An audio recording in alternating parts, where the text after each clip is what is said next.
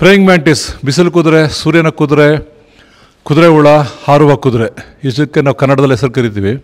ಇದು ಭೂಮಿಗೆ ಬಂದು ಸುಮಾರು 20 ಕೋಟಿ ವರ್ಷಗಳಾಗಿರ್ಬೋದು. ತಮಾಷೆ ಅಂದರೆ ಮನುಷ್ಯ ಬಂದು ಭೂಮಿಗೆ ಕರೆಕ್ಟಾಗಿ 2 ಕಾಲಿನ ಮನುಷ್ಯ ಬಂದು ಕೇವಲ 2 ಲಕ್ಷ ವರ್ಷ ಆಗಿದೆ. ಸುಮಾರು 50 ಲಕ್ಷ ವರ್ಷಗಳ ಹಿಂದೆ ಭೂಮಿ ಮೇಲೆ ಮನುಷ್ಯ 4 ಕಾಲಿನಲ್ಲಿದ್ದ. ಅವನಿಗೆ ಬದುಕೋ ಹೋರಾಟದಲ್ಲಿ ತಾನು 2 ಕಾಲಲ್ಲಿ ನಿಲ್ಲಬೇಕು ಅಂತ ಅವ್ನು ಗೊತ್ತಾದಾಗ ಅವನು 2 ಕಾಲಲ್ಲಿ ನಿಲ್ಕೋಕ್ಕೆ ಪ್ರಯತ್ನಪಟ್ಟು ಸತತವಾಗಿ 48 ಲಕ್ಷ ವರ್ಷಗಳ ನಂತರ ಅಂದರೆ 2 ಲ್ಯಾಕ್ ಇಯರ್ಸ್ ಬ್ಯಾಕ್ 2 ಕಾಲಲ್ಲಿ ನಿಂತ್ಕೊಂಡ.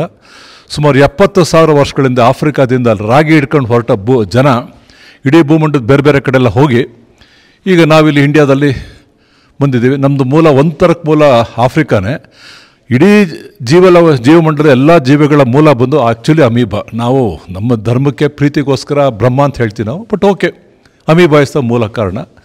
ಪೂರ್ಣಚಂದ್ರ ತೇಜಸ್ವಿಯವರು ತನ್ನ ಮಕ್ಕಳಿಗೆ ಕೇಳೋ ಪ್ರಶ್ನೆಗೆ ಉತ್ತರ ಕೊಡಲಿಕ್ಕೆ ಸಾಕಷ್ಟು ಹೋಮ್ವರ್ಕ್ ಮಾಡಿ ಸಣ್ಣ ನೋಟ್ಸ್ ಮಾಡಿದ್ರು. ಅದೇ ಒನ್ ಆಫ್ ದಿ ಬೆಸ್ಟ್ ಪರಿಸರ ಸಾಹಿತ್ಯ ಆಯಿತು. ಈಗ ಅದರಲ್ಲಿ ಬರೋ ಹೀರೋಗಳನ್ನ ನಾವು ಗುರ್ತಿಟ್ಕೊಂಡು ಆ ಪರಿಸರ ಸಾಹಿತ್ಯದಲ್ಲಿ ಬರೋ ಕ್ರಿಮಿಕೀಟ ಹುಳಾಪಟೆಗಳನ್ನ ಹೀರೋ ಮಾಡಿಕೊಂಡು ನಾವು ಕಳೆದ 12 ವರ್ಷಗಳಿಂದ ತೇಜಸ್ವಿಯವರ ನೆನಪಲ್ಲಿ ತೇಜಸ್ವಿ ಜೀವಲೋಕ ಅಂತ ಒಂದು ಸರಣಿ ಕಾರ್ಯಕ್ರಮ ಮಾಡ್ಕೊಂಬರ್ತಾಯಿದ್ದೀವಿ. ಆ ಕೀಟಗಳ ಬಗ್ಗೆ ಹೆಚ್ಚಿನ ಮಾಹಿತಿ ಕಲೆಕ್ಟ್ ಮಾಡಿ ಅದು ಮನುಕುಲಕ್ಕೆ ಎಷ್ಟು ಹೆಲ್ಪ್ ಆಗ್ತದೆ, ಭೂಮಿಗೆ ಯಾವಾಗ ಬಂತು, ಎಷ್ಟೆಷ್ಟು ಒಳ್ಳೆ ಕೆಲಸ ಮಾಡ್ತದೆ ಅಂತ ಹೇಳ್ತಾಯಿದ್ದೀವಿ. ಈ ಮನುಕುಲ ತನ್ನ ಅಭಿವೃದ್ಧಿ ಹೆಸರಲ್ಲಿ, ತನ್ನ ಸ್ವಾರ್ಥದ ಹೆಸರಲ್ಲಿ ಮಾಡ್ತಿರೋ ಡ್ಯಾಮೇಜು ಇವುಗಳ ಬದುಕಿಗೆ ತೊಂದರೆ ಆಗ್ತಿದೆ. ಇವಕ್ಕೆ ಹೇಳೋಕ್ಕೆ ಮಾತಿಲ್ಲ, ವೋಟ್ ಮಾಡೋ ಹಕ್ಕಿಲ್ಲ, ಹಾಗೆಯೇ ಪ್ರತಿಭಟನೆ ಮಾಡೋಕ್ಕೆ ಆಗೋದಿಲ್ಲ, ಕೋರ್ಟ್ಗೂ ಹೋಗಲ್ಲ. ಮನುಷ್ಯ ಆದವನು ಇವುಗಳ ಪರವಾಗಿ ದನಿ ಎತ್ತಿ ಮಾತಾಡಬೇಕಾಗುತ್ತೆ. ಯಾಕೆಂದರೆ ಇವುಗಳ ಬದುಕು ನಮಗೆ ಮನುಕುಲಕ್ಕೆ ತುಂಬ ಹೆಲ್ಪ್ ಆಗ್ತಿದೆ.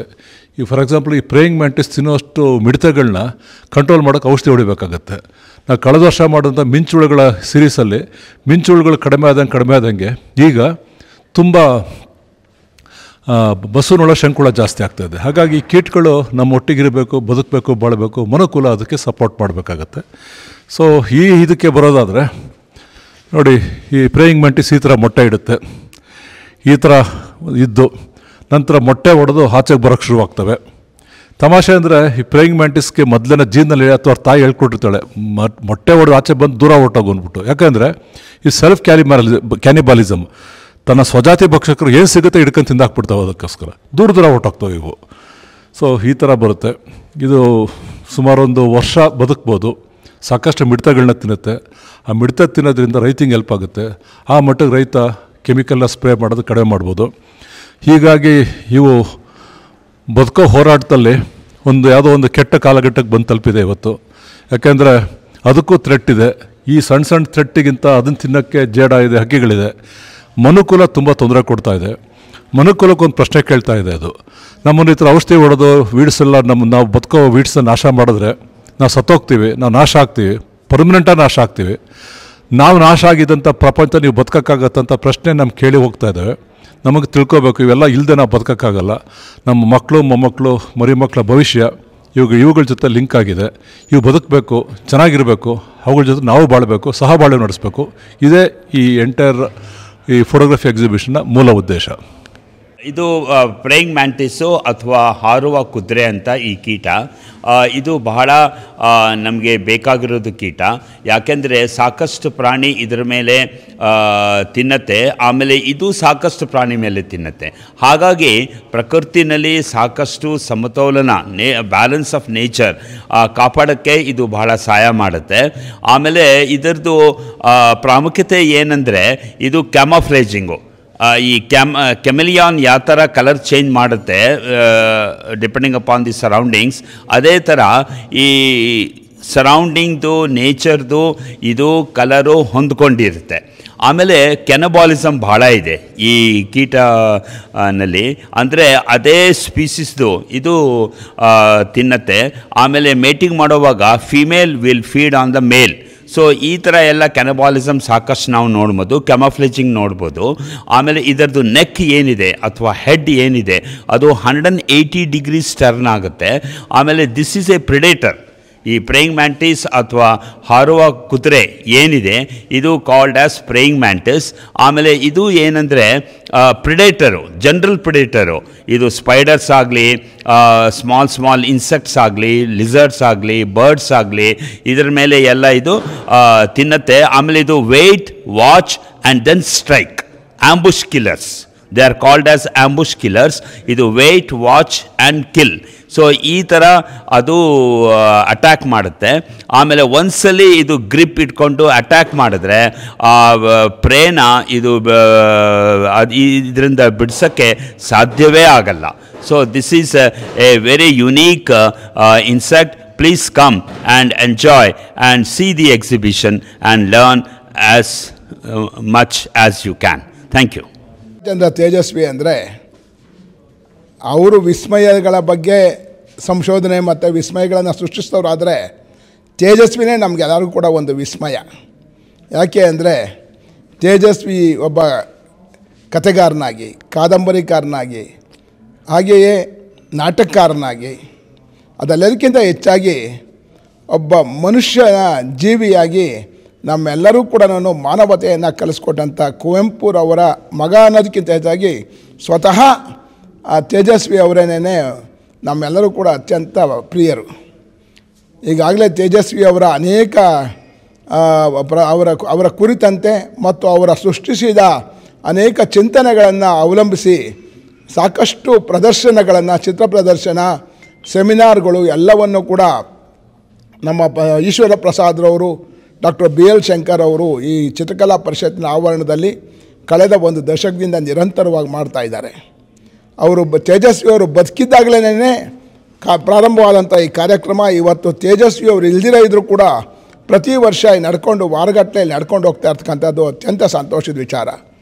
ನಮಗೆ ಪರಿಸರದಲ್ಲಿ ನಮಗೆ ದಕ್ಕತಕ್ಕಂಥ ಒಂದು ಗಿಡ ಆಗಿರ್ಬೋದು, ಹೂವಾಗಿರ್ಬೋದು, ಒಂದು ಸಣ್ಣ ಸಣ್ಣ ಕೀಟಗಳಾಗಿರ್ಬೋದು, ಇವುಗಳಿಗೆ ಬಗ್ಗೆ ಎಲ್ಲ ನಮಗೆ ಆಸಕ್ತಿ ಹುಟ್ಟು ಹಾಗೆ ಮಾಡಿದಂಥವರೇ ತೇಜಸ್ವಿ ಅವರು. ಅವರ ಅನೇಕ ಕಾದಂಬರಿಗಳಲ್ಲಿ ಬರ್ತಕ್ಕಂಥ ಪಾತ್ರಗಳು ಕೇವಲ ಮನುಷ್ಯ ಪಾತ್ರವಾಗಿರದೆ ಕೀಟಗಳು ಕೂಡ ಪಾತ್ರವಾಗಿರ್ತಿದ್ದೋ, ಪ್ರಾಣಿಗಳು ಕೂಡ ಪಾತ್ರವಾಗಿರ್ತಿದ್ದೋ, ಅಲ್ಲಿನ ಪರಿಸರವೇ ಒಂದು ರೀತಿಯಾಗಿ ಪಾತ್ರವಾಗಿ ನಮ್ಮ ಮುಂದೆ ನಿಲ್ತಾ ಇತ್ತು. ಇಂತಹ ಒಬ್ಬ ಅದ್ಭುತ ಪರಿಸರವಾದಿಯ ಬಗ್ಗೆ ನಮಗೆಲ್ಲರೂ ಕೂಡ ತೇಜಸ್ವಿ ನಮಗೆ ಗೊತ್ತಿದ್ರು, ನಾವು ಅವ್ರ ಜೊತೆಲಿ ಇದ್ವಿ ಅನ್ನೋದೇ ನಮಗೊಂದು ಸಂತಸ, ಹೆಮ್ಮೆ. ಇಂತಹ ಒಬ್ಬ ಅಪೂರ್ವ ಲೇಖಕ, ವಿಜ್ಞಾನಿ ಮತ್ತು ಮನಃಶಾಸ್ತ್ರಜ್ಞ ಅಂತ ಕೂಡ ಅವರ ಬಗ್ಗೆ ನಾವೆಲ್ಲರೂ ಕೂಡ ಯಾವಾಗಲೂ ಕೂಡ ಪ್ರೀತಿ ಮತ್ತು ಗೌರವನ ಇಟ್ಕೊಂಡಿದ್ದೀವಿ. ಈಗ ಮಹಾಂತೇಶ್ ಅವರು ಬಿಜಾಪುರದ ಭಾಳ ದೊಡ್ಡ ವಿಚಾರವಾದಿಗಳು ಮಾತಾಡ್ತಾರೆ. ತೇಜಸ್ವಿಯವ್ರನ್ನ ನೋಡೋ ಭಾಗ್ಯ ನಮಗೆ ಸಿಗಲಿಲ್ಲ. ಆದರೆ ನಾನು ತೇಜಸ್ವಿಯವರ ಪತ್ನಿಯವರನ್ನು ಭೇಟಿಯಾಗಿದ್ದೆ, ಅವ್ರ ಮಕ್ಕಳನ್ನು, ಅವ್ರ ಮೊಮ್ಮಕ್ಕಳನ್ನು ಭೇಟಿಯಾಗಿದ್ದೆ. ತೇಜಸ್ವಿಯವರ ಒಂದು ಅಧ್ಯಯನ ಶಿಬಿರದಲ್ಲಿ ಕೂಡ ನಾನು ಪಾಲ್ಗೊಂಡಿದ್ದೆ.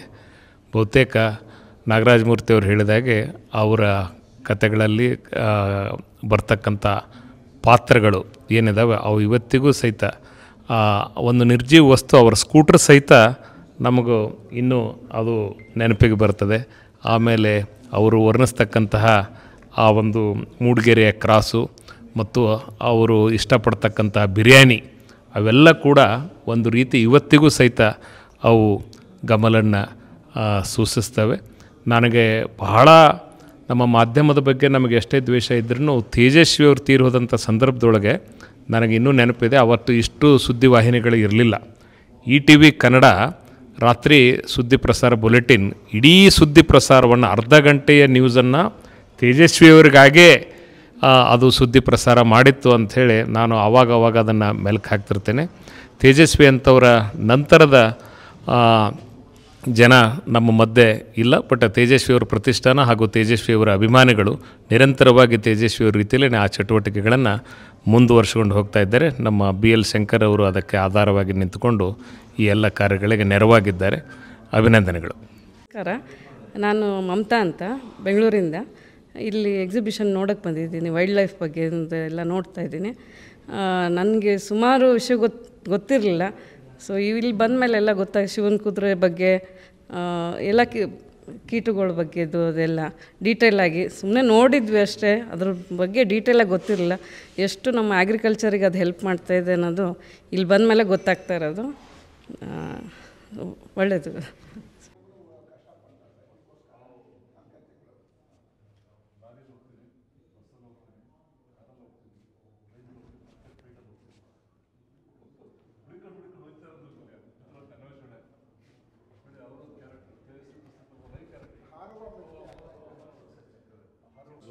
ಮೈಸೂರು ಕಾಡಿಗೆ ಯಾಕೆ ಬಂದ್ರು ಗೊತ್ತಾ? ಅಲ್ಲ ಅವ್ರಿಗೆ ಎಲ್ಲ ನೇಚರ್ ಇಷ್ಟ. ಅಲ್ಲ ಒಂದು ನಿಮಿಷ, ಅದಲ್ಲ, ಇದು ತಪ್ಪು. ಅವರು ಮೈಸೂರು ಬಿಟ್ಟು ಮೂಡಿಗೆರೆಗೆ ಯಾಕೆ ಬಂದರು ಅಂತಂದರೆ, he had a love with is wife Rajeshwari. ಅವರು ಲವ್ ಮಾಡ್ತಿದ್ರು. ರಾಜೇಶ್ವರಿ ಅವ್ರಿಗಿಂತ 2 ವರ್ಷ ದೊಡ್ಡವರು, ತೇಜಸ್ವಿಗೆ ದೊಡ್ಡವರು. ಆಮೇಲೆ ತಂದೆಗೆ ಹೇಳಿ ಅವ್ರನ್ನ ಲವ್ ಮಾಡಿ ಬಿಡೋಕ್ಕಾಗದೆ ವಿರಹ ತಡಿಲಾರ್ದೆ ಅವ್ರು ಮೂಡಿಗೆರೆಗೆ ಬಂದು ಮದುವೆ ಆದಾಗ